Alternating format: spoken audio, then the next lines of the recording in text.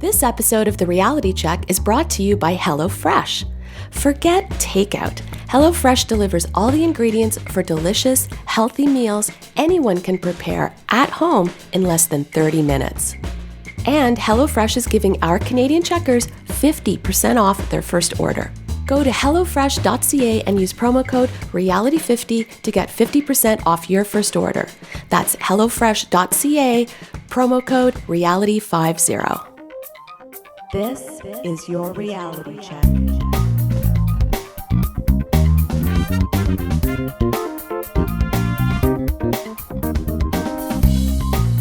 Hi everyone, and welcome to The Reality Check, the weekly Canadian show that explores a wide range of controversies and curiosities using science and critical thinking.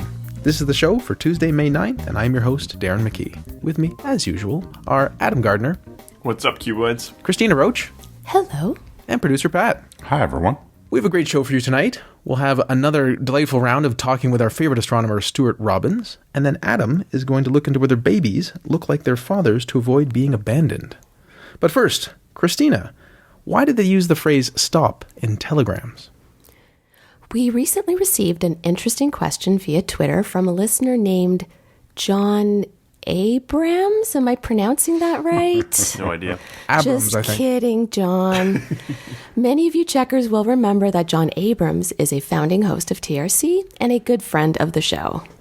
So here's his tweet. At TRC_podcast. Did people who read telegrams say stop all the time? Was it a gag that modern people think was real? John links to a page about TV tropes that has this joke. Telegram messages never contain periods, stop. Any period is replaced by a stop, stop. When read out loud, the stop is also read aloud. Stop. It was originally a joke. Stop. But it is not known as one by modern audiences. Stop. Where it is expected for reading a telegram. Stop. So even where it caused confusion, it didn't stop. Stop. Whew. I'm sure many of you have seen people reading telegrams in TV shows and movies, but after doing some digging, it was clear that many people didn't get why the word stop was used in a telegram, as opposed to a regular old period. Plus, there's some conflicting info out there. Some claim, including an article in The Guardian from 2006, that people used to send telegrams with the word stop instead of a period because punctuation cost extra. But the word stop was free. Doesn't make a lot of sense to me, but others suggested the word stop was used since Morse code, which was used to transmit telegrams, did not have a method to transmit punctuation beyond actually spelling the word out. Wow. So telegrams have been around since the 1800s, and the first U.S. telegram was tested by Samuel Morse in 1838 across 3 kilometers or 1.8 miles of wire near Morristown, New Jersey. But you're more likely to read that the first real telegram was sent by Morse in 1844 from Washington to Baltimore to his partner Alfred Vail that read, "What hath God wrought?" The best resource we seem to have, and what many people point to during online discussions on the topic, which there are surprisingly many. It's a handbook first published in 1928 by Nelson E. Ross titled How to Write Telegrams Properly. I link to the handbook, which can be found via a site that is a tribute to Morse telegraphy and a resource for wire and wireless telegraph key collectors and historians. Historians. Those must be an exciting group right there. Mm-hmm. Here's an excerpt from a section called Punctuation Marks. Quote, marks of punctuation such as the comma, period, dash, colon, etc., are not transmitted in telegrams unless the sender specifically requests it, and then they are counted and charged for as one word each. The companies have been prompted to adopt this policy because it requires almost as much effort to transmit a mark of punctuation as to send a short word. And unless attention is specifically called to punctuation marks, there might be a danger of their being overlooked. If you do not intend to stipulate that marks of punctuation be transmitted, write your message without punctuation, read it carefully to make sure that it is not ambiguous. If it seems impossible to convey your meaning clearly without the use of punctuation, use may be made of the celebrated word stop, which is known the world over as the official telegraphic or cable word for period. End quote. You're talking a handbook from 1928. So simply put, telegrams charged by the word, so the objective was to send a message with as few words as possible while still being clear. Punctuation marks like commas and colons, etc., were counted and charged for as one word each. But the use of the word stop in telegraphic communications was greatly increased during the First World War, when telegrams were widely used by the military. Officials wanted to make sure any vital orders, as you can imagine, were definite and clear-cut, so the custom of using the word stop between sentences became used widely as a precaution against having messages misunderstood. They also adopted the practice of spelling out comma, colon, semicolon, or the word query to indicate a question mark, but it's the word stop that enjoyed the most widespread use, including vaudeville artists who used it in their comedy acts, knowing the audience would understand the inference in connection with telegrams. So now back to John's question. Did people who read telegrams say stop all the time? In reality, it's pretty difficult to establish whether or not most people actually read the word stop, but it is safe to say that people did because telegraphs were meant to be read exactly as they appeared. And in the case of wartime, there was no room for interpretation. When I was digging into this topic, I read some pretty popular myths about telegrams, so I thought it would be fun to finish up by mentioning a couple that were more interesting. Myth: the last telegram in the world was sent in July 2013 in India. So I saw this cited in a couple of articles, including a 2013 CNN piece titled "The Day Telegrams Came to a Final Stop."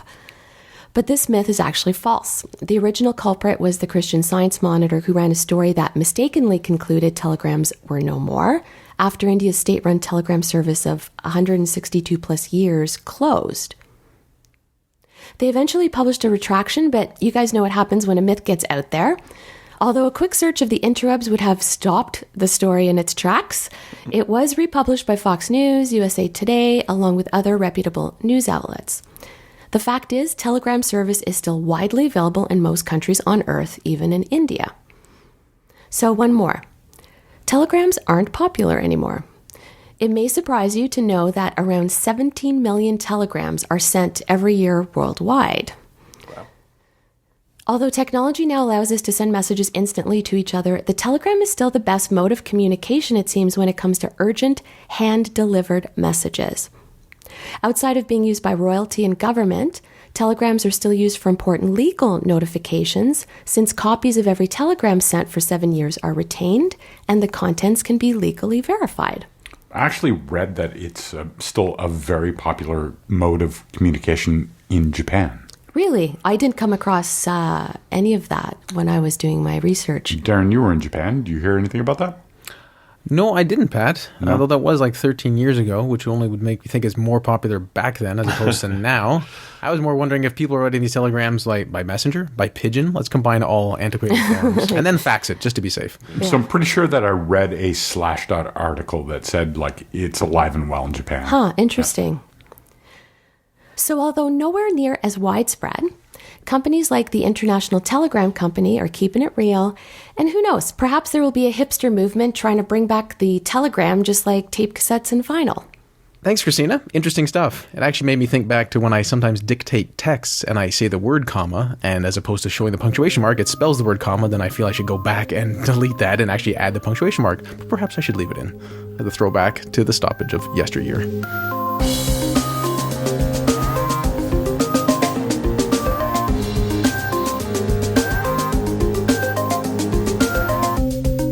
And instead of stopping, we are continuing with our conversation with Dr. Stuart Robbins. As you heard Pat say on the last episode, there was more to talk to Stuart about, and we bring you that second part of our conversation now. So then that makes me wonder about the nature of what a vacuum is, because a lot of this stuff happens in a vacuum without air friction to really show that the laws of gravity actually are real. So what is a vacuum, Stuart? It's where nobody can hear you scream. Is space a vacuum? Not really. It depends on what you really want to define as a vacuum. A true vacuum, which I'm defining here as really the absence of any material, is not really possible to achieve either on Earth or really in space. Space has stuff in it. So if we were to go to the last segment and you were to use cupping, you are creating a vacuum. You are effectively removing air from that cavity of space. Wherever the cup is adjacent to the skin or whatever. And so there is less material in that volume of space. When you're cupping, you're not really able to evacuate enough material to get a really low vacuum. Now, if you have instruments and you have big pumps, you are able to get lower and lower and lower pressures, which means that you are removing more and more and more air. But once we go into space, there's not really necessarily air, depending on how high above a planet you are, but there's, say, within the solar system, the solar wind. So this is material that's streaming out from the sun, and that is material, effectively. So at Earth, the solar wind has a density of about 6 ions per cubic centimeter. So that might not seem like a lot, 3 pieces of stuff within every cubic centimeter, which, is maybe about the size of the first joint of your thumb for those American listeners. But it's still something. It's not a perfect vacuum.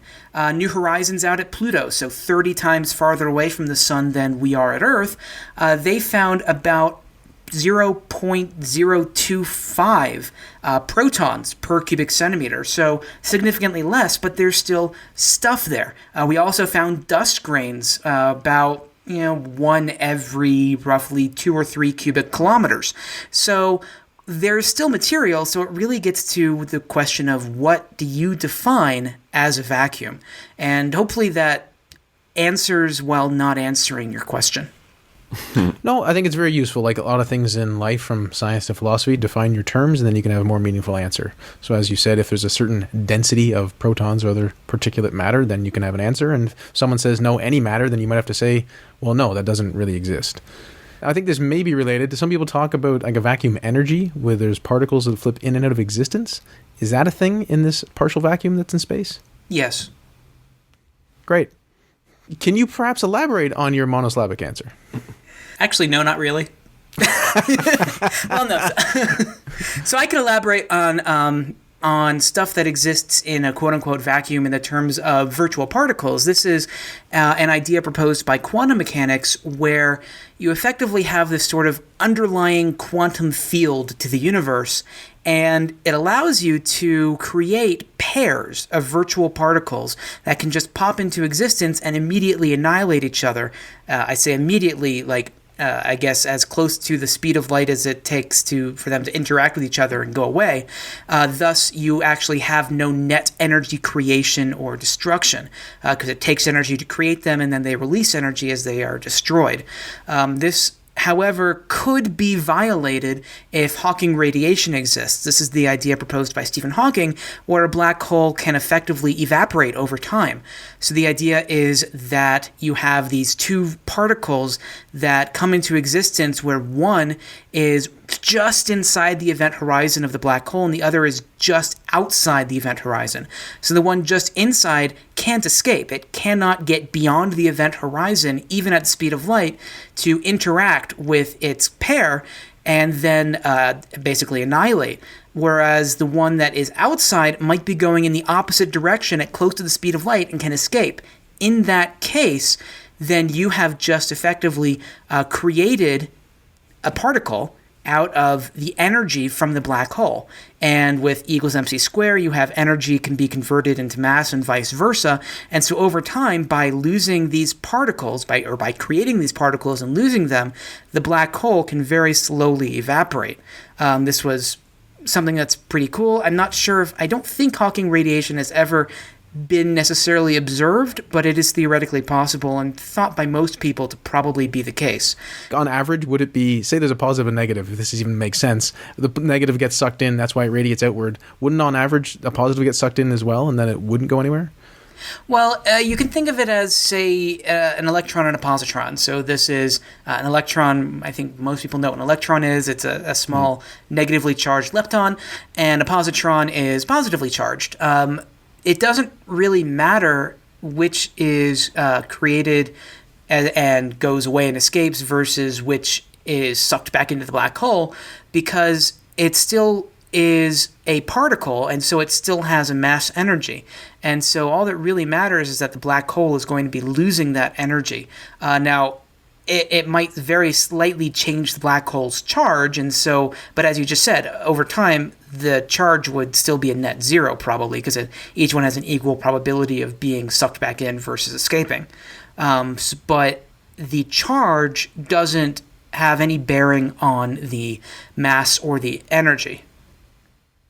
In other words, you don't really have a negative energy particle. This is all very interesting, and it seems like it's quite complicated. Maybe we should have you on again to talk about it in the future. Sure. Because before you go, you mentioned the Pluto mission. I was wondering if you wanted to give us an update on the New Horizons project. Sure. The spacecraft is currently in hibernation mode, which means that it's not really doing much. It's just sort of sleeping and periodically sending back effectively a green light signal saying, yes, I'm still alive. I'm still doing good stuff. And we're going to take it out of hibernation, I think, around September of this year, so 2017. And it's going to start to do science because next year, 2018, we have an encounter. So it's coming up fast on us, and we are busy planning for that encounter. What's that encounter? It's like a Kuiper Belt object, is it not? Yeah, so no, it's an encounter with a Kuiper Belt object. Right now, its formal designation is 2014 MU69, and it actually does have a minor planet number, which is a 6-digit number based on the order in which it was given a number. And so that means that soon we'll be able to give it a more informal name. So, for example, Pluto is technically an informal formal name, as opposed to its actual full designation based on its discovery month, its discovery date, and other things. This object is somewhere around 20 to 45 kilometers across, we think. Hopefully we'll be able to narrow that down this summer as we watch stars disappear behind the object and time exactly how long it takes for those stars to disappear and reappear. We are able to get a size on that object, and that's going to help with planning, because if it's really big, that means that it's probably dark based on how much light we see from it now. Whereas if it's really small, that means that it's probably pretty bright based on, again, the light that we see from it now. And that means that we can better set exposure times for our cameras and figure that kind of stuff out. Stuart, I heard you were involved in a meeting looking at how the planetary science community can get behind a mission to go back. Can you tell us about that a little bit? Basically, this was a sort of a half-day workshop that was not in any way, shape, or form associated with any New Horizons funds. I have to make that very clear, because NASA funds for a mission cannot be used to think about really any future missions. So, technical disclaimer there.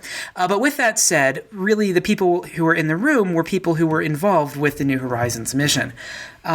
Basically, the way that missions are chosen is a very complicated and very lengthy process. And what you have to do is you have to convince your colleagues in the planetary science community that it's an important mission. And this is done through what's called the decadal survey. And the decadal survey is done, oddly enough, once a decade, where the planetary science community really writes a bunch of what we call white papers. White papers are papers that are not peer-reviewed. They're sort of more opinion papers, and they're put out there, and a committee gets together, assembles all these white papers, and puts together the decadal survey, which ranks what the priorities for NASA money should be over the next decade. And cool. Yeah, well, it is really cool. And the next decadal survey is coming up in a few years. And so we're sort of trying to position ourselves to write white papers. In fact, I'm supposed to be leading this particular first white paper, which is really putting it out there as to why a Pluto orbiter mission is a worthwhile thing, even though some people might say, well, we're just there. Maybe something else should be a priority, like Neptune. And so what we have to do is we have to go through and say why Pluto is still really important, why there are a lot of unanswered questions, and why those unanswered questions are more interesting than other unanswered questions. Because what the Decadal Survey Committee will do is they will rank these missions, proposals, and they'll say, for example, we think that a Neptune orbiter should be given top priority. We think that a Pluto orbiter should be given third priority, and a Venus probe should be given second priority, and all of these things. So we have to start early and basically convince our colleagues, well, assuming that we think it's the case, which we do, that going back to Pluto and the Pluto system is a really, really important endeavor in planetary science, and that it should be ranked on top. Because then what NASA does is they take this document and they put out requests for mission proposals. And these missions, depending on the request, can be anywhere from $400 million to $2 billion. And those different classes of missions all have different rankings for where NASA thinks they should go, and all of those rankings are based on the decadal survey. So in fact, there's a call out now for what's called a New Frontiers mission, which is in the $1 billion class of mission. And basically NASA said, we are only interested in mission proposals that will address one of these, I think it's 4 or 5 different things, and all of those were taken from the last decadal survey. So we have to start now really to position ourselves, and that's what we were starting to do, and we think that it's important because with new instrumentation and new things, we can really get at more and more different parts of Pluto and parts of the system and try to understand things better because, Pluto basically follows the same physical laws as everything else. It's just that it does it differently in a weird way that we haven't really seen anywhere else. And so we could include something like a radar instrument that would be able to probe underneath that giant glacier that we're calling informally Sputnik Planitia and try to understand how convection, how this overturn of material could still exist this far into the solar system's history and yet this far from the sun, 30 to 40 astronomical units or Earth-Sun distances away from the sun. We could propose a mission that can basically dive in and around the Pluto system using Charon for gravity assists and visit the other bodies in the system. We could even propose something like an ion drive, which was on the Dawn mission, which went to Vesta and then left Vesta in the asteroid belt and went on to Ceres, which is farther out in the asteroid belt. If we had an ion drive, we could go around the Pluto system for, say, 3 years and then use Charon gravity assists in the ion drive to go to other Kuiper Belt objects that are within range. So there's a lot of different things that we can do, and it's something that we were talking about at this half-day workshop. Something interesting about that, Stuart, I wonder how much of that, in terms of you proposing it, is this is an interesting scientific question to answer versus we have the technology to now do this. Well, technically, it's all based on the first one. It's all based on what are the interesting science questions that we can answer with the mission. The instrumentation is what allows us to answer those questions. So I did mention instrumentation. There's the basic fact that when New Horizons was first really proposed, it was almost 20 years ago. And then when it was built, it was about 15 years ago, and it was launched in 2006.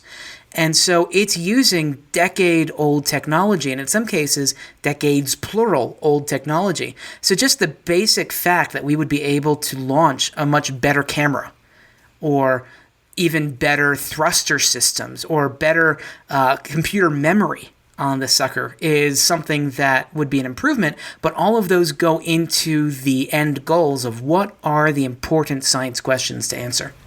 As a layman, I've always wondered, what's the distinction between what are the important science questions to answer versus what can we actually accomplish? Well, then that gets into, that's a slightly different way of asking it. And if we had $20 billion and the technology from Star Trek, we could do something differently than we can actually in reality do. So, for example, at this workshop, we discussed what could we learn if we were to include a bunch of sort of microprobes, effectively, that launched from this orbiter and went down and basically just crashed into the surface. What could we learn as it went through the atmosphere and as it got closer to the ground, but assume that they die once they hit the surface, because we decided that it probably wasn't feasible to include something like a rover on this because we just really don't have the technology within the budget. It's not feasible to do that kind of thing. But really, it's what are the important science questions, and then can we design an instrument package that can answer those questions?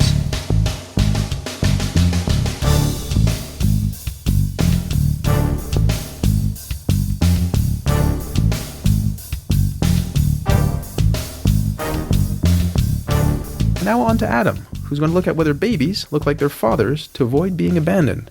Nothing personal here. Go ahead, Adam.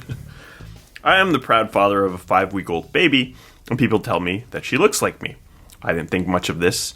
I share a lot of traits with my father, as do my older brother and sister, while my younger brother shares traits with my mother and her family. My sister was in town with her newborn, and I asked her if she looked more like her or her husband, and she said that she looked like the father, and that she'd heard that this was an evolutionary thing so that babies didn't get abandoned by their fathers. What a fascinating idea, if it's true. Mm-hmm. So what is potentially going on here? A mother always knows that her baby is hers, assuming no sort of hospital child swap is at play. That makes for a funny movie, but would be tragic when it really happens. It does happen, too. Yeah. The mother is pregnant and gives birth to the actual child, which is why we don't see upset mothers who aren't sure if their partner's baby is really theirs. The opposite, on the other hand, isn't always 100% certain. A father contributes genetic material during intercourse, and then 9 months later, a baby comes out. These days, we know that a gestation period is roughly 40 weeks, and if there's still some doubt about extracurricular activities around the time of conception, we have blood tests to verify this kind of thing. So much to say, in our evolutionary environment, the African savanna, fathers may not be certain if they are the father of a certain child due to not knowing the mother's sexual history, and perhaps don't have great knowledge of sexual health. Because of this, evolutionary psychology has made some assumptions about human behavior. For example, it stands to reason, based on how certain one is that the child is theirs, that a mother might have a stronger parental investment than a father.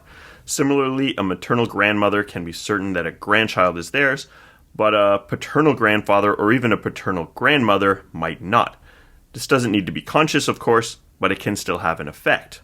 Evolutionary psychology is a bit controversial because it's hard to prove these kinds of things, but given an assumption, one can use data to research and verify if it's plausible. That said, there can be other issues at play. There may be other reasons for a behavior that could link to that effect than what's being assumed. For example, a mother may simply have a stronger parental bond due to the fact that biologically she's more able to have hormones as a reaction to her pregnancy, birth, and breastfeeding, while father needs to react to other stimuli, like the presence of a child itself, in order to react. Or women may simply have more of a nurturing instinct than men. A lot of other things may be at play.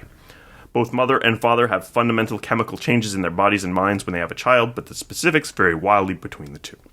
So, back to this idea. Is it plausible? And if so, we can see if the data backs it up. But first, we need to see if there's a plausible mechanism. On its surface, it makes sense. From an evolutionary perspective, it certainly makes some superficial sense. If my child looks a lot like me, then I'm more certain it's mine, therefore I will treat it better, and therefore it has a better chance to survive and pass on its genes and pass on my genes. From the child's point of view, this makes sense. From the father's point of view, it also makes sense. Solid basis? Well, I brought this up to Darren this past weekend as a potential segment idea, and he mentioned a pretty obvious potential issue here. This is all good if the child belongs to that actual father, but it's disastrous if the baby comes out looking a lot like another guy, maybe another guy in our tribe. In that case, it would actually make much more sense for a baby to look more like its mother, since that would just leave the father's identity ambiguous. Ultimately, it isn't easy to understand all the factors and likelihoods here. We don't know exactly how many children belong to another father than the one who's raising them in modern times, let alone in our evolutionary environment. But see episode 245 where I did cover misattributed paternity, and it does range seemingly from a very small number to 30% even, but the median seems only to be around 3 or 4%. If babies often belong to the father caring for them, then this is a good strategy. If mothers often have a father who isn't the one that they convince to take care of their child, then it's actually a bad strategy. Evolutionary psychology makes all sorts of statements about attraction and mate selection related specifically to discerning between the father who contributes genes and the one who will raise the child. Women's attractions to different kinds of men in different stages of their lives, or for different things, seems to insinuate that the ideal sperm donor and father isn't always going to be the same person. Beyond this, I had one major concern, and that was the mechanism. This isn't evolutionary psychology, since it's not taking place in the mind, it's not really psychology, but it's in the body of the baby. How would this even work? We have genes that we get from each parent. If a baby were able to express a trait from one parent over another, then something in those cells would need to be able to distinguish maternal from paternal DNA. And this doesn't seem to be really possible. Broadly speaking, women have 2 X chromosomes and men have an X and a Y chromosome. Other genes don't contribute to sex differences, so you get one from each parent. The cell can't really tell. In this case, a baby boy would get a Y chromosome only from his father and could express traits on the Y chromosome more than the X chromosome. In that way, potentially looks slightly more like the father. A baby girl, on the other hand, gets an X chromosome from each the mother and the father. The cells have no way to determine which one comes from which, so there's no way for my baby or my sister's baby to be able to express a trait that looks more like their father. There's mitochondrial DNA, which is passed on only from the mother, but there's nothing that's uniquely passed from the father. Mitochondrial DNA doesn't really contribute much to what a kid looks like. So that definitely makes sense about the biochemical pathway, Adam. And then we were sort of talking about whether this could happen through some other mechanism. And I was wondering, well, maybe there could be some circumstance where if a child doesn't sufficiently look like, say, the father, it doesn't survive because the father doesn't put enough resources in. And that eventually becomes a general trait in the population. But as you said, that if we're talking about sexual combination and replication, it just doesn't work that way. Things get shuffled. And whether the kid looks like the parent or not may be so-called to do something with some sort of evolutionary benefit, or may be a byproduct of the sexual reproduction process. So while there could be a tendency for humans in general to appear more like a parent or more generically, there doesn't seem to be a mechanism to appear more like one parent rather than another. So that said, what does the evidence say? Sometimes there can be evidence for something for which we don't have a clear mechanism, and that can be something that we should research. Although this concept was new to me, it's not a new concept at all and has been researched. An article in Scientific American states that in a study published in Nature in 1995 by Nicholas Christenfeld and Emily Hill, the link was suggested to exist. Photos of 1-year-old children were matched to fathers more often than to mothers, but this doesn't hold up over time. A 1999 study published in Evolution and Human Behavior by French and Serge Bredard of University of Liège in Belgium was unable to replicate these results, showing that pictures of 1, 3, and 5-year-old children were identified to match mothers and fathers equally. A more recent study using a larger sample similarly concluded that infants resemble both parents. Even a couple of studies from Evolution and Human Behavior showed that babies resembled their mothers more than fathers in the first 3 days of their lives. Mothers of those children were themselves more likely to say that they resembled the father. Now, this tendency would have some adaptive advantage, as it is always in the mother's best interest to convince the would-be father that the child is his. Now, evolution is complicated. Evolutionary psychology can teach us a lot of things, like why we like sweet and salty foods, but we need to be careful about properly thinking through the assumptions we make. I look at everything my daughter does, and I ask myself how this might be useful to a hunter-gatherer tribe in the African savannah, but it's not always this simple. As with anything, proper research can help inform the validity of an idea.